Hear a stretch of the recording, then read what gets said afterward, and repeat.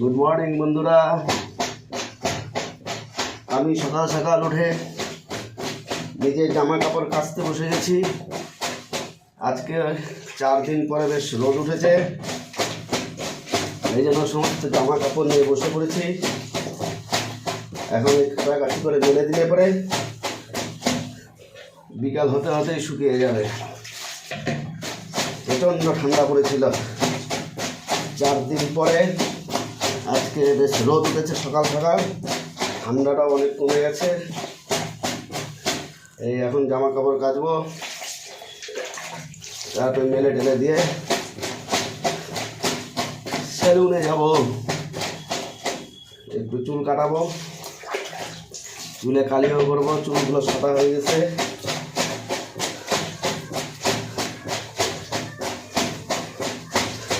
এটা আমার সাপ্তাহিক কাজ, নিজের কাজ নিজে করি, তার মাঝে ভরসা করি। হরি হরি